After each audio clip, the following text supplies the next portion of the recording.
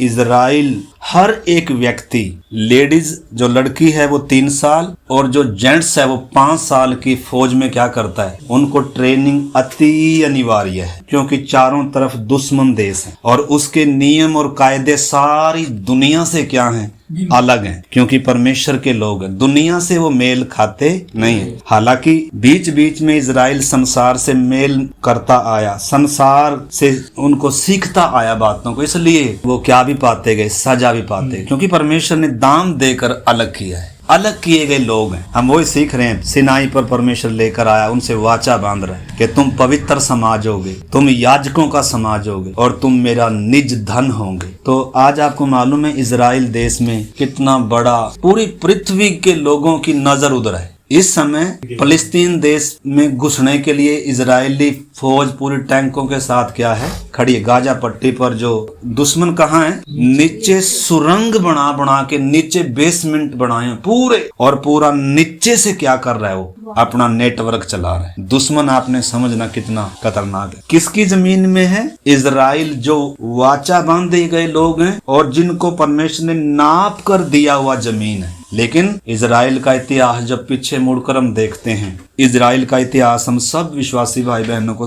पता होना चाहिए। इजराइल जैसे मैंने बताया हर एक व्यक्ति फौजी है इजराइल में। इस समय जो जहां जहां थे देशों में बिखरे हुए थे कोई, वो सब किधर आ गए, अपने देश में आ गए, और सबके हाथ में क्या है इस समय, और वो कहते हैं जिंदा रहने के लिए मतलब हमें क्या है, लड़ना ही लड़ना है, अगर लड़ेंगे नहीं तो मरेंगे। उनकी लड़ाई लहू और मांस की है, उनकी लड़ाई एक जमीन के टुकड़े की है, दुनियावी है। लेकिन हमारी लड़ाई क्या है, आत्मिक है। हमारी लड़ाई अपने आप पे से है, हमारी लड़ाई अपने आप पे से है, अपनी इच्छाओं से है। हमारे अंदर भी क्या है, इस कनान में ऐसी ऐसी जातियां रहती हैं। कौन सी जातियां? हमारे अपने ही स्वभाव, हमारी अपनी ही इच्छा जो हमारे आत्मिक जीवन के विरोध में खड़ी हो जाती हैं, और उनसे हमें क्या करना होगा। हमारी लड़ाई अंदर भी है और हमारी लड़ाई बाहर भी है। बाहर लड़ाई लहू और मांस से नहीं है, बल्कि बाहर लड़ाई हमारी शैतान से और उसके प्रधानों और अधिकारियों से है, जिनके हम कभी क्या हुआ करते थे, गुलाम होते थे, और वो चैन से नहीं है। वो आज भी क्या करता है, जो उसके कब्जे से छूट गए चारों तरफ आज भी क्या करता है, अंदर घुसने का क्या करता है, पूरा प्रयास करता है। इजराइल हमारी या कलीसिया की छाया है, तो इजराइल के द्वारा हम अपने आत्मिक जीवन को, हम लड़ाई को, परमेश्वर के स्वभाव को, उन सब बातों को क्या कर सकते हैं, सीख सकते। तो आपको मालूम है अभी बाकी सारे देश जिनका अगवा रूस बनेगा, जैसा बाइबल में लिखा हुआ है, और सब इजराइल पर बादल के समान क्या हो जाएंगे, छा जाएंगे, और इजराइल पर क्या होगा, हमला होगा। तीसरा विश्व युद्ध होने जा रहा है। ये जो अब लड़ाई छिड़ी है ना, ये अब तीसरे युद्ध के लिए छिड़ चुकी है। अब ये चैन नहीं हो, पूरा माहौल बनता जा रहा है, लड़ाई गंभीर होती जा रही है। लेकिन आपको मालूम है इससे पहले कि इजराइल पर हमला हो, ये जो हमला इजराइल पर हुआ, ये एक टेलर था, इतना सुरक्षित था इजराइल, उसका ऊपर से सिस्टम है पूरा कि अगर कोई बाहर से मिसाइल आएगी तो उसको ऊपर हवा में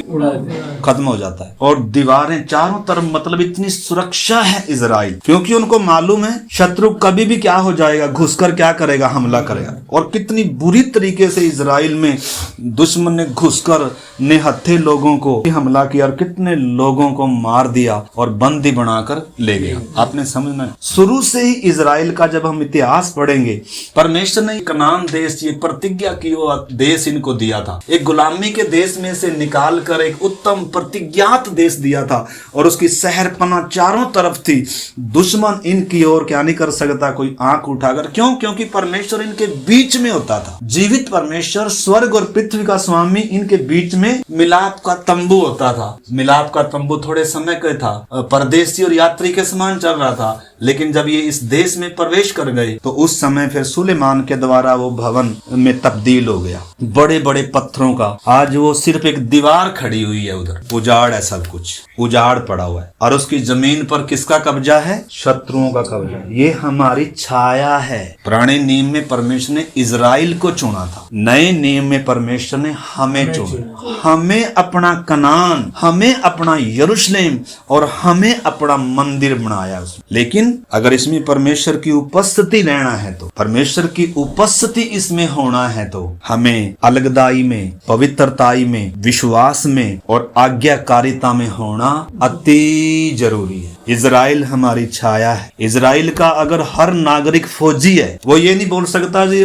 स्त्रियां तो रोटी बनाने वाली है ना, स्त्रियां भी अभी कहाँ है, बॉर्डर पर खड़ी हुई हैं। हर कोई फौजी है, लड़ेंगे नहीं तो मरेंगे। उसी प्रकार हमारी लड़ाई भी आत्मिक भी है और बाहरी भी है। हमें भी क्या करना होगा, लड़ना होगा, अपनी सुस्ती से लड़ना होगा, अपने बदन से क्या करना होगा, लड़ना होगा। ये संसार में लेकर जाएगा। बदन थोड़े समय के लिए परमेश्वर ने हमें दिया है, प्राण और आत्मा सदा के लिए हैं। जिन्होंने अभी तक, प्यारे भाई बहनों, अभी हम गीत गा रहे थे, वक्त चुनौती देकर पूछे बारंबार, क्या आपने बनाया यीशु को अपने जीवन का आधार। सोचना होगा हर प्राणी को, क्या वो है तैयार। इससे पहले कि इजराइल पर हमला हो, पूरे देश मिलकर अभी हमले की तैयारी में, क्योंकि इजराइल मान नहीं रहा। इजराइल ने पूरा फिलिस्तीन में गाजा पट्टी में अपने टैंकों को लेकर क्या कर रहा है, घुस रहा है। 24 घंटे का अल्टीमेटम दिया था, 24 घंटे में गाजा के जो जितने लोग हैं निकल जाओ इधर से, नहीं हम क्या करेंगे, हमला करेंगे। और पूरी दुनिया क्या हो रही है इस समय, चिंतित है भाई। पूरी दुनिया में क्या होने जा रहा है आपको मालूम है। इससे पहले कि हमला होगा, इससे पहले क्या हो जाएगा, कलीसिया इस संसार में से उठा ली जाएगी। प्रभु यीशु मसीह बादलों पर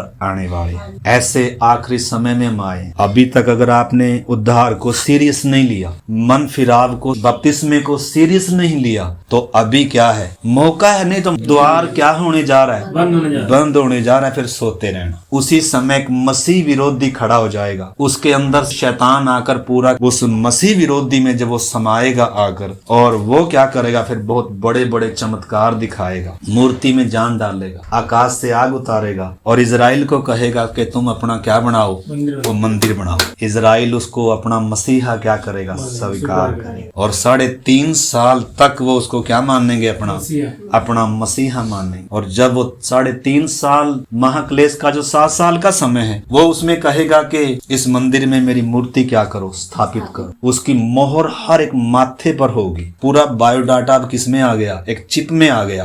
और ये किधर लगने जा रही है, पर लगने जा रही है। अगर अभी भी आप लोग नहीं जागे, सुनते रहो। बहुत सारे सुनते हैं, सुनने से, क्योंकि सत्य को जानकर भी अगर कोई जानबूझकर पाप करता रहे, फिर कोई बलिदान बाकी नहीं। इस करके मेरे प्यारे भाई बहनों, सुनने वाले धर्मी नहीं ठहराए जाएंगे, बल्कि वचन को स्वीकार करने वाले। लिखा, जितनों ने उसे ग्रहण किया, उसने उन्हें परमेश्वर की संतान होने का क्या दिया, दुनिया थोड़े समय के लिए। तो जब देर हो जाएगी, आपको मालूम है नूह के समय में लोग उस नूह की किस्ती के ऐसा खटखटा रहे होंगे, नूह दरवाजा खोल, नूह दरवाजा खोल। आ गया अभी समझ में, ऐसा विपत्ति आने जा रही है दुनिया में। ऐसा समय आज तक कभी आया, बहुत सारी दुनिया खत्म हो जाएगी। परमेश्वर ऊपर से महाविपत्तियां डालेगा, कटोरे उंडेले जा रहे हैं। इस करके रूह कांप जाती है। आने वाला समय कितना भयानक है। उस क्लेश से इजराइल गुजरेगा। 3.5 साल बाद उनको होश आएगी। मूसा और एलिया आकर बताएंगे कि तुमने झूठे मसीह को स्वीकार किया है, असली मसीहा तुम्हारे बीच में आया था और तुमने उसे क्रूस दिया। तब वो छाती पीटेंगे, तब वो रोएंगे, विलाप करेंगे। परमेश्वर उनको 3.5 साल तक बचा कर रखेगा। मतलब ये कुछ बातें हैं, हर एक विश्वासी को ये चीजें मालूम हो कि हम अंतिम समय में आए हैं। ये समय तैयारी का है, ये समय परमेश्वर के साथ चलने का है, ये समय परमेश्वर के लिए जीने का है, परमेश्वर के लिए कुछ करने का समय है। आत्माएं जब इतनी नाश हो रही हैं, तो हम कैसे खा पी कर आराम से सो जाएं। प्रार्थना करें, आंसू बहाएं, इन्हीं दिनों रातों को जागें। सोने का समय नहीं है। अगर अभी भी ऐसी परिस्थिति जब है, अगर अभी भी हम खा पी कर आराम से 10 घंटे आराम से सो रहे हैं भाई जी, अभी फिर आपके ऊपर अचानक क्या होने जा रहा है, नींद क्या होने जा रही है, सदा के लिए उड़ने वाली है। जाग जाओ अभी भी। अगर अभी तक जागे, वचन कहता है, हे सोने वाले, मुर्दों में से जाग उठ, तो मसीह की ज्योति तुम पर क्या होगी, चमके। तो ऐसी मतलब भयानक परिस्थिति हमारे सामने है, देश दुनिया के सामने है। कुछ भी किसी भी समय घटना घट जाएगी, 1 सेकंड लगेगी, कलीसिया धरती पर से उठाई जाएगी। एक विश्व नेता सबके सामने प्रकट हो जाएगा। परमेश्वर ऐसा करने जा रहा है और इजराइल को अद्भुत रीति से परमेश्वर बचाएगा। और बाकी जितने शत्रु हैं उनको परमेश्वर क्या करेगा, सजा देने जा। तो ये दंत कथा नहीं है, ये बाइबल में ऐसा लिखा हुआ, पढ़ सकते। हर एक के माथे पर मोहर दी जा रही, उसकी तैयारी हो चुकी। ठीक है, तो आइए हम अपने विषय में आते हैं। हम उस इजराइल के बारे में सीख रहे हैं। आइए पहले मेरे साथ अब भजन संहिता 34 अध्याय और 5 वचन में पढ़ता हूँ। जिन्होंने उसकी ओर दृष्टि की उन्होंने ज्योति पाई और उनका मुंह कभी काला होने ना पाया। मतलब जिन्होंने प्रभु की ओर देखा उन्होंने क्या पाया? जीवन पाया, और वो कभी क्या नहीं होंगे? मरेंगे नहीं। देखने का मतलब है जिन्होंने क्रूस की ओर देखा है। और इसका 7 वचन से मैं पढ़ता हूँ। यहोवा के डरवैयों के चारों ओर उसका दूत छावनी किए हुए उनको बचाता है। यहोवा के डरवैयों के चारों ओर, यानी कि परमेश्वर का भय मानने वाले लोगों के चारों ओर यहोवा का दूत क्या करके रखता है? छावनी डालकर रखता है। आपको मालूम है, इजराइल इतिहास है, बाइबल गवाह है, आप पढ़ सकते हैं। इजराइल के चारों तरफ परमेश्वर के स्वर्गदूतों की क्या होती थी? छावनी होती थी। परमेश्वर इनके लिए लड़ता था, लेकिन अभी इजराइल खुद लड़ रहा है, क्योंकि वाचा को तोड़ा है, परमेश्वर को इन्होंने त्यागा है, इन्होंने दुनिया की रीतियां अपनाई हैं, इन्होंने संसार को प्रिय जाना है, संसार से इन्होंने मेल मिलाप किए हैं, परमेश्वर के वचनों को इन्होंने क्या किया है? आज्ञाओं का उल्लंघन किया है। इस करके अभी तक इन्होंने यीशु मसीह को पहचाना नहीं है। तो इसमें आगे भी हम पढ़ते हैं 8 वचन। परख कर देखो या चख कर देखो यहोवा कैसा भला है, क्या ही धन्य है वह जो उसकी शरण में आता है। हम जो परमेश्वर का वचन पिछले दिनों से सीख रहे थे, इजराइलियों को परमेश्वर कहता है तुमने देखा है। हमने क्या देखना है? क्रूस को देखना है, यीशु को देखना। देखने के बाद फिर परमेश्वर की हमारे से क्या होती है? एक उम्मीद होती है। जैसे इजराइल को कहता है कि तुमने देखा है। क्या देखा है? उधर एक मेमना कैसे वध हुआ था, उसका लहू कितना कीमती था। मैंने उस लहू को देखकर तुम्हारे घरों में नाश करने वाला जाने नहीं दिया। तो उन्होंने एक मेमना वध किया था, एक पशु वध किया था मेरे प्यारे भाई बहन, उसका लहू बहाया था, उसके द्वारा छुटकारा हुआ था। लेकिन हमारा छुटकारा ना तो सोने से हुआ, ना चांदी से हुआ, ना भेड़ बकरे के लहू से हुआ, लेकिन हमारा छुटकारा किससे हुआ है? इसलिए जैसे इजराइल को परमेश्वर ने कहा तुमने देखा है, और उसके अलावा तुमने चखा है मेरे प्रेम को, मेरे छुटकारे को, मेरी निकटता को, गोद में उठाकर तुमको लेकर आया। इसलिए अगर चखा नहीं है, अगर तुमने देखा नहीं है, तो फिर तो कोई उम्मीद नहीं है। और परमेश्वर उस समय तक इंसान से बात करता भी नहीं। पहले बलिदान किया, पहले परमेश्वर ने प्रेम किया, पहले परमेश्वर ने रास्ता खोला, पहले परमेश्वर ने हमसे प्रेम किया, और तब हमसे क्या करता है? फिर उम्मीद करता है कि पहले के समान नहीं, जैसे अब तक चले वैसे नहीं, परंतु अब कैसे चलें? अब परमेश्वर के साथ चलने के लिए हम बुलाए गए। इजराइल को परमेश्वर ने चुना था, लेकिन निष्फल हो गया। इन वचनों को मनन करेंगे तब हमें उस रिश्ते की गंभीरता मालूम होगी, जब हमें हमारा उद्धार मालूम होगा कि हमें चलना कैसे है। तो इस करके उन्होंने परमेश्वर की भलाइयों को देखा भी है और चखा भी है। जैसे अभी हमने पढ़ा, जितनों ने उसकी ओर दृष्टि करी, जितनों ने उसको देखा और उसको क्या किया? चखा है। उनकी सुरक्षा कौन है? परमेश्वर। सुरक्षा की परमेश्वर क्या लेता है? गारंटी। परमेश्वर ने इजराइल को कहा था अगर कोई तुम्हें छुएगा ना, मेरी आंख की पुतली छुएगा। इतने सुरक्षित था इजराइल, लेकिन इजराइल ने परमेश्वर की आज्ञाओं को क्या किया? तोड़ा है। मसीह को क्या किया? उसने ठुकराया है, क्रूस पर चढ़ाया है। इसलिए आज इजराइल की ये दशा है मेरे प्यारे भाई बहन। तो इस करके आइए हम परमेश्वर के पवित्र वचन से देखते हैं। आप मेरे साथ निर्गमन की किताब 23 अध्याय, वही पिछली बार जो हम देख रहे थे कि तुमने देखा है, मैंने शत्रुओं से क्या किया और तुमसे क्या किया। तुमने देखा भी है और तुमने चखा भी है। क्या हमने चखा है? क्या हमने देखा है? बहुत सारे बपतिस्मा लेने के बाद भी, यीशु को जीवन देने के बाद भी दुनिया क्या है? अंधकार में है, आंखें बंद हैं, बुद्धि बंद है, परमेश्वर के बैरी हैं और गुलाम है किसी के। लेकिन जब हमें परमेश्वर ने जब उद्धार दिया, आंखें खोली, बुद्धि खोली, हमने जब उद्धार के स्वाद को चखा है मेरे प्यारे भाई बहनों, तो परमेश्वर हमें जिम्मेदार ठहराता है। परमेश्वर हमसे क्या करता है? पवित्रताई की, आज्ञाकारिता की, अनुशासन के साथ उसके साथ चलने परमेश्वर हमसे क्या करता है? मांग करता। हमने समझ पहले के समान अब चल नहीं सकते। बुद्धि नई हो जाने से, मन नया हो जाने से फिर हमें परमेश्वर पूरा बदलने के लिए क्या कह रहा है? तुम्हारा चाल चलन भी क्या होना है? पूरा बदलना है। और तुमने अब क्या होना पड़ेगा? पवित्र होना पड़ेगा, क्योंकि मैं क्या हूँ? पवित्र। अब अशुद्ध जीवन जी नहीं सकता। अब अनाज्ञाकारी जीवन जी नहीं। अगर जिएंगे तो शैतान चारों तरफ घूम रहा है भाई, बाड़ा तोड़ेंगे तो, आज्ञा तोड़ेंगे तो, हवा हमारे सामने। इसलिए परमेश्वर, हम देख रहे थे, न केवल इजराइल के छुटकारे के बारे में परमेश्वर कह रहा है, बल्कि पूरे 4 युगों के बारे में परमेश्वर कह रहा है कि तुमने देखा है। परमेश्वर ने अब तक इंसान के ऊपर जैसे जैसे इंसान की उम्र बढ़ी वैसे वैसे अपने न्याय को, अपने प्रेम को, इंसान की जिम्मेदारी को, इन सब बातों को प्रकट कर दिया। और इंसान ने उन सब को देखा है कि परमेश्वर ने कैसे इंसान से व्यवहार किया है। निर्गमन की किताब 24 अध्याय 3 से 5। मूसा ने लोगों के पास जाकर यहोवा की सब बातें और सब नियम सुना दिए। तब सब लोग एक स्वर में बोल उठे, जितनी बातें यहोवा ने कही हैं उन सब बातों को हम मानेंगे।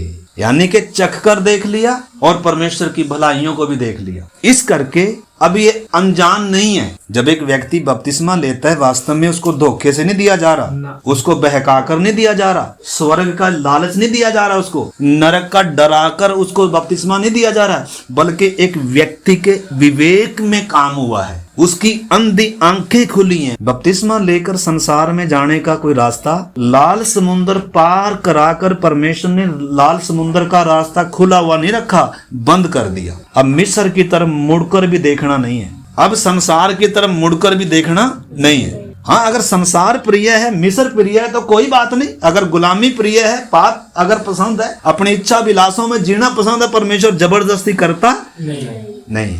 मालिक है वो, लेकिन फिर भी बाहर से क्या करता है, खटखटाता है। आजाद मर्जी देकर रखा है हमें, क्योंकि हमारे निर्णय पर हमारा अनंत काल निर्धारित होगा। नरक जाऊंगा या स्वर्ग में जाऊंगा, मैंने साइन करना है। 2 मार्ग रखे हैं। आदम और हवा के सामने 2 पेड़ थे, आज मेरे और आपके सामने 2 मार्ग हैं। चौड़ा मार्ग है, सकरा मार्ग है, तंग मार्ग है। इस करके ये कोई भक्ति का मार्ग नहीं है जैसे दुनिया में भक्ति के मार्ग हैं। ये कोई ऐसा रास्ता, बल्कि ये जीवित परमेश्वर का रास्ता, ये जीवन की ओर जाने वाला रास्ता। बाकी रास्ते किधर जा रहे हैं? मत्ती 7:14 पढ़ा ना आपने, 13:14 लिखा है, चौड़ा है मार्ग जो विनाश की ओर जा रहा है, और बहुत तेरे हैं जो उसमें प्रवेश कर, लेकिन थोड़े हैं जो तंग मार्ग में हैं, जो सकरे मार्ग में। भीड़ नहीं दिखेगी आपको, भीड़ हमेशा चौड़े मार्ग में होती है। भीड़ हमेशा वहां होती है जहां उनकी इच्छा के अनुसार की बातें हों, लेकिन जहां मनुष्य की इच्छा के अनुसार की बातें नहीं है, जहां परमेश्वर की इच्छा के अनुसार की बातें हैं, वहां थोड़े लोग होते हैं। तो हम थोड़ों में हैं कि ज्यादा में हैं? लेकिन आपने प्रमाण देना है, ये जीवन देकर ही प्रमाण देना है आपने, गीत गाकर नहीं, संगति में आकर नहीं। जब तक आप अपने जीवन का उसे प्रभु और उद्धार करता स्वीकार नहीं करते हैं, जब तक अंदर जो आपने दरवाजे को अंदर से क्या करके रखा हुआ है, बंद। क्यों? क्योंकि यीशु से प्रिय और बहुत है हमारे जीवन में, वो अंदर नहीं आएगा। भूत प्रेत जबरदस्ती घुसते हैं, यीशु जबरदस्ती घुसने वाली चीज नहीं है भाई जी। उद्धार प्रभु जबरदस्ती किसी के ऊपर थोपता नहीं है। इस करके मेरे प्यारे भाई बहनों, परमेश्वर के उस प्रेम को हमने समझना है। परमेश्वर कितना प्रेम करता है, हमारी आजाद मर्जी को कितना आदर करता है। तो इधर परमेश्वर ने जब उनको इतनी भलाइयां दिखाई, अपना स्वाद, अपना अनुग्रह चखाया, और उनको गुलामी भी उन्होंने चखी अच्छे से। उनको मालूम है हम कितने बुरे फंसे हुए थे, गुलाम थे, कोई नहीं बोल सकता कि मैं तो। परंतु इधर हम देख रहे हैं, लिखा है जब एक स्वर से बोल उठे कि जितनी बातें यहोवा ने कही हैं उन सब को हम मानेंगे। तब मूसा ने यहोवा के सब वचन लिख दिए। बड़े सवेरे उठकर पर्वत के नीचे एक वेदी और इजराइल के 12 गोत्रों के अनुसार 12 खंबे खड़े किए। तब उसने कई इजरायली जवानों को भेजा, जिन्होंने यहोवा के लिए होम बलि और मेल बलि चढ़ाए। और मूसा ने आधा लहू लेकर कटोरों में रखा और आधा वेदी पर छिड़क दिया। तब वाचा की पुस्तक को लेकर लोगों को पढ़कर सुनाया, फिर से सुनाया। जब एक व्यक्ति को बपतिस्मा देते हैं, जब एक व्यक्ति पानी की उसमें खड़ा हुआ है, तो उस समय भी उससे सवाल पूछते हैं, क्या आप विश्वास करते हैं कि आपको एक जीवित परमेश्वर ने बनाया है? वो बोलते हैं हाँ। क्या आप विश्वास करते हैं वो जीवित परमेश्वर आपके लिए पवित्र कुमारी के द्वारा देहधारी होकर आपके लिए क्रूस पर मरा है? वो कहता है हाँ। वो ऐसे गर्दन नहीं लाता है, सब बातों में हाँ हाँ करता है। और तब क्या दिया जाता है? बपतिस्मा दिया जाता है। किसी से धोखा नहीं होता ही,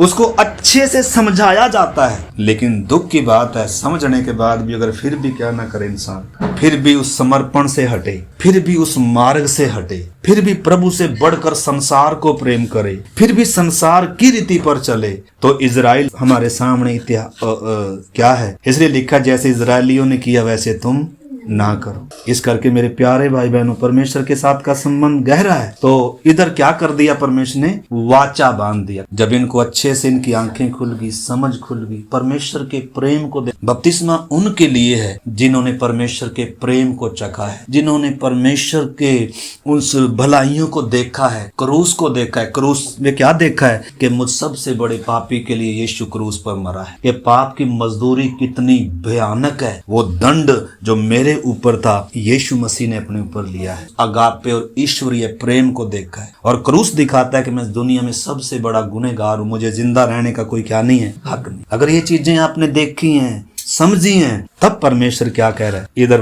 वाचा बांध रहा है परमेश्वर। बपतिस्मा भी क्या है? एक समर्पण है गहरा। इधर इजराइल के साथ प्रभु वाचा बांध रहा। तब वाचा की पुस्तक को लेकर लोगों को पढ़कर सुनाया। उसे सुनकर उन्होंने कहा, जो कुछ यहोवा ने कहा है उस सब को हम करेंगे और उसकी आज्ञा मानेंगे। तब मूसा ने लहू लेकर लोगों पर छिड़क दिया और उनसे कहा, देखो यह उस वाचा का लहू है जिसे यहोवा ने वचनों पर तुम्हारे साथ बांधा है। तो आगे आप देख सकते हैं परमेश्वर का संबंध इजराइल के साथ क्या हो गया। जैसे एक स्त्री और पुरुष की शादी होती है, विवाह समारोह में वाचाएं बांधी जाती हैं, वायदे किए जाते हैं, गवाह होते हैं, साइन होते हैं। अब ये टूट नहीं सकता। अगर इजराइल अगर तोड़कर किसी दूसरे की तरफ जाएगा तो वो व्यभिचार समझा जाएगा। अब तो हे इजराइल अपने परमेश्वर से अपने सारे मन से, सारी शक्ति से और पूरी बुद्धि के साथ क्या करना है? परमेश्वर से ही प्रेम करना है और उससे लिपटे रहना है। हमें भी तो प्रभु ने कहा है, माँ से, पिता से, बच्चों से, पत्नी से, पति से बढ़कर किसे प्रेम होना है?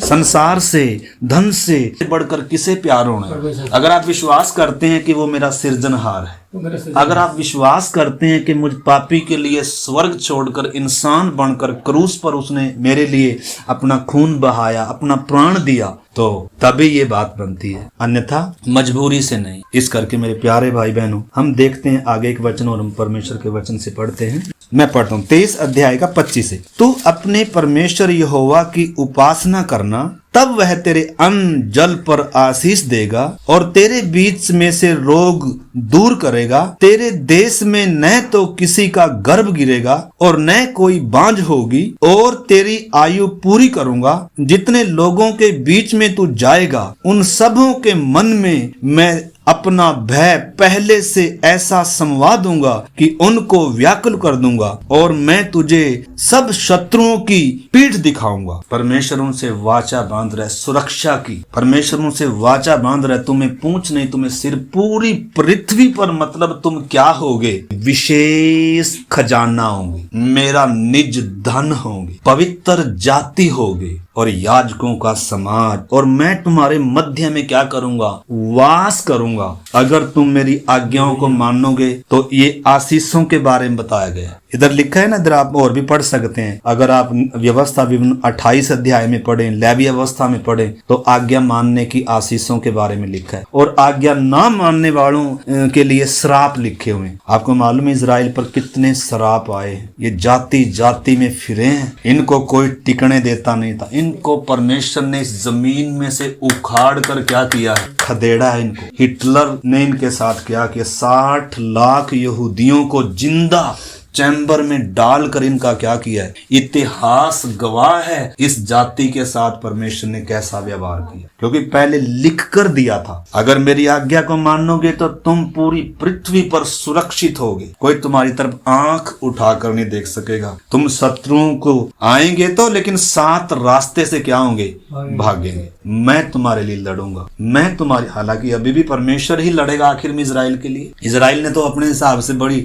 सुरक्षा कर बैठा था, लेकिन फिर भी दुश्मन क्या हो गया, अंदर घुस गया। और अभी आने वाले दिनों में ऐसा दुनिया उनके ऊपर ऐसी छा जाएगी, परमेश्वर बचाएगा। क्योंकि अभी भी परमेश्वर ने उनके साथ क्या बांधी है, परमेश्वर अपनी वाचा को क्या करेगा, पूरा करेगा। तो इस करके मेरे प्यारे भाई बहनों, परमेश्वर अपने लोगों से क्या बांध रहा है, वाचा बांध रहा है। और क्या दे रहा है, अपने व्यवस्था दे रहा है। अब इजराइल ने क्या करना है, इसके अनुसार चलना। तो आप इसमें आगे पढ़ सकते हैं, परमेश्वर ने पत्थर की पट्टिकाओं पर खोद कर इनके हाथ में दिया। सबसे पहले परमेश्वर से संबंधित आज्ञाएं थी, उसके बाद माँ बाप से संबंधित थी, और उसके बाद फिर अपने व्यक्तिगत जीवन और समाज कैसे, मतलब इन्होंने चलना है। तुम्हें कपड़े कैसे डालने हैं, तुमने अपने खेत में बीज कैसा बोना है, तुमने अपने जानवर कैसे रखने हैं। एक एक चीज क्या करी है। जो परमेश्वर का मंदिर नहीं थे, अगर उनको परमेश्वर ने इतनी बारीकी से बताया था, तो हम जो परमेश्वर का मंदिर है हमारी देह, तो हमारे लिए नहीं है कुछ,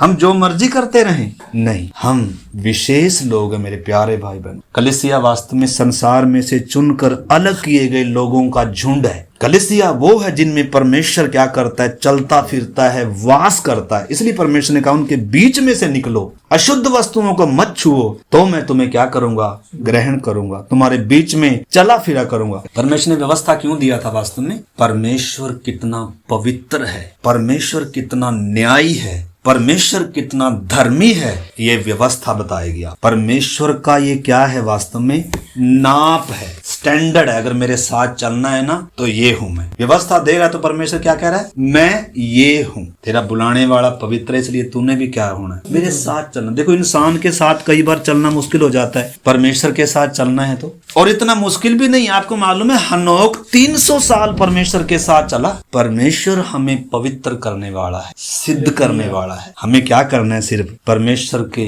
अधीन होना है, परमेश्वर के वचन को क्या करना है, मानना है। परमेश्वर हमें क्या करेगा, एक एक दिन अपने योग्य बनाएगा कि हम उसके साथ चल सकें। तो परमेश्वर ने व्यवस्था क्यों दिया, सबसे पहली बात, ताकि इंसान जाने कि परमेश्वर पवित्र है, न्यायी है, माफी नहीं होगी, और परमेश्वर क्या है, धर्मी है। मतलब क्या करेगा, पाप किया है तो क्या होगी, सजा होगी। परमेश्वर न्यायी, प्रेमी है, इसमें कोई शक नहीं है, लेकिन परमेश्वर क्या भी है, पवित्र है, न्यायी है और धर्मी है। इसलिए व्यवस्था दिया ताकि इंसान जाने। इंसान ये सोचकर ना चले जैसे मिस्र में हम रहते थे, मिस्र में बहुत सारे ईश्वर थे और ऐसा ही है हमारा परमेश्वर भी, ना, हमारा परमेश्वर बाकियों से सबसे क्या है, अलग है। ये ईश्वरों का परमेश्वर है, आकाश और पृथ्वी का सृजनहार है ये। और दूसरी बात, परमेश्वर ने व्यवस्था क्यों दिया, ताकि मनुष्य जाने कि पाप कितना भयानक है, और मैं पाप का क्या हूँ, गुलाम हूँ, और पाप की मजदूरी क्या है, मौत है। बिना लहू बहाए क्या नहीं है, माफी नहीं है। परंतु तो भी इतने लहू तो बहाए गए, पुराने नियम में कितने निर्दोष बलिदान चढ़ाए गए, तो भी वो बीच की दीवार गिरी नहीं थी, क्योंकि वो बलिदान सिद्ध नहीं थे। तीसरी बात, व्यवस्था क्यों दिया था, व्यवस्था बताएगी आने वाले सिद्ध बलिदान के बारे में। व्यवस्था किसके बारे में बताती आई, यीशु के बारे में। इसलिए यीशु ने कहा पूरी व्यवस्था और नबियों ने किसके बारे में कहा है, अरे मेरे बारे में तो बताते आए, लेकिन उन्होंने, इजरायलियों ने फिर भी क्या नहीं किया। व्यवस्था तो बता रही थी मसीहा के बारे में, व्यवस्था तो बता रही थी एक सिद्ध बलिदान के बारे में, व्यवस्था तो बता रही थी कि इंसान तो पाप का गुलाम है और परमेश्वर पवित्र है, और तेरे बीच में और परमेश्वर के बीच में एक दीवार है। व्यवस्था तो बता रही थी, लेकिन तो भी इंसान पढ़ तो रहा था, लेकिन समझ नहीं रहा। मसीहा को क्या किया, इनकार किया कि तू हमारा राजा, हमारा राजा तो कौन है, कैसर है। और आज आप इजराइल की दशा देख सकते हैं, उसकी क्या दशा है। तो इधर मेरे प्यारे भाई बहनों, तीसरी बात हमने देखा, व्यवस्था क्या पहचान कराएगी, परमेश्वर की कि पवित्र, न्यायी और धर्मी है। व्यवस्था क्या पहचान कराएगी, इंसान पापी है, पाप का गुलाम है, और पाप की मजदूरी मृत्यु है, और बिना लहू बहाए क्या नहीं है, पापों की माफी। अगर व्यवस्था नहीं होती, किसको नहीं पहचान पाते, यीशु को, पाप को और परमेश्वर को पहचान नहीं पाते। इसलिए परमेश्वर ने व्यवस्था दी। व्यवस्था धर्मी ठहराने के लिए नहीं दिया। हम आगे चलकर देखेंगे व्यवस्था की निर्बलता क्या है, व्यवस्था क्या नहीं कर सकती। व्यवस्था क्या नहीं कर सकती, व्यवस्था इंसान को शुद्ध नहीं कर सकती। विवेक सदा दोषी ठहराता रहता है, चाहे कितने भी बलिदान चढ़ा लो। हाँ, व्यवस्था सिद्ध नहीं कर सकती, और व्यवस्था जीवन नहीं दे सकती, और व्यवस्था धर्मी नहीं ठहरा सकती, परमेश्वर के न्याय से नहीं बचा सकती। और व्यवस्था की खूबी क्या थी? व्यवस्था किसके बारे में बताएगी? सिद्ध बलिदान के बारे में। व्यवस्था एक दर्पण था। व्यवस्था क्या था? एक दर्पण था। और व्यवस्था क्या भी था? एक शिक्षक था। शिक्षक मतलब सिखाते हुए बच्चों को जैसे सिखाते हुए किसके पास लाना था? असली के पास लाना था, क्रूस के पास लाना था कि यहाँ तेरा उद्धार होगा, यहाँ तेरा छुटकारा होगा।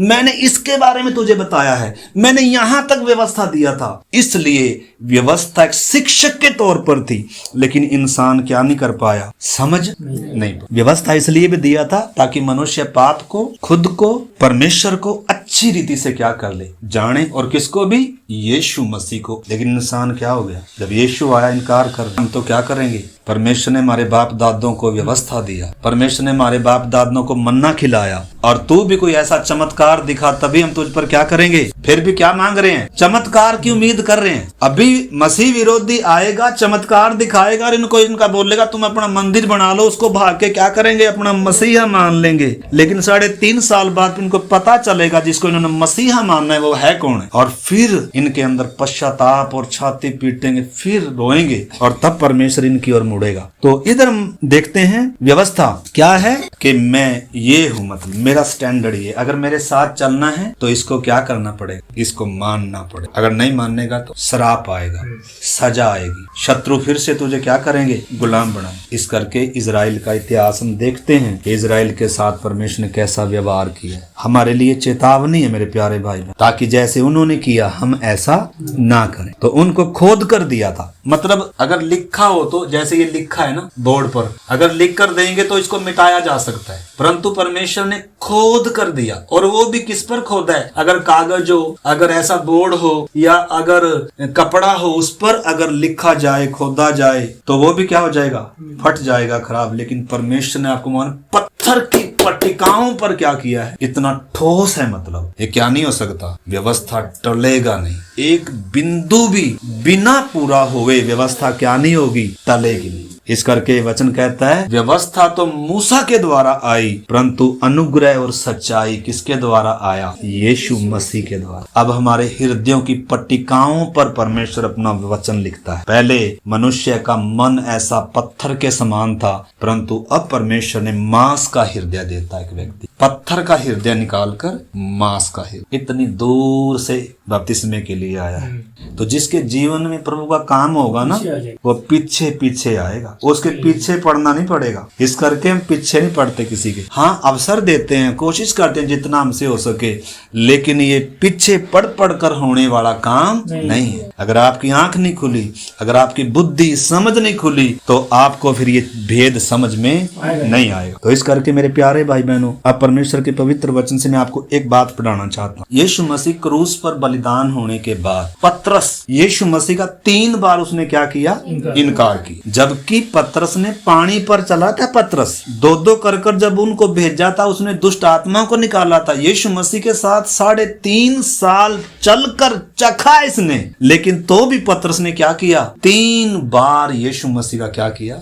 इनकार। यूहन्ना 21 अध्याय जब हम पढ़ते हैं, यीशु मसीह क्रूस पर जब बलिदान हो गया, पतरस ने, चेलों ने समझ लिया कि हमारा तो क्या हो गया, हम तो क्या सोचकर यीशु के पीछे चले थे, और हमारा तो सारा प्रोग्राम ही क्या हो गया। हम तो सोच रहे थे यीशु के इस, कोई कह रहा था मैं यीशु के इस साइड बैठूंगा, यीशु राजा बनेगा। तो यानी कि वो समझ नहीं पाए उस भेद को, और उन्होंने यीशु मसीह का इनकार किया, छोड़कर भाग गए। लेकिन आपको मालूम है, प्रभु यीशु मसीह जब ये क्या कर रहे थे?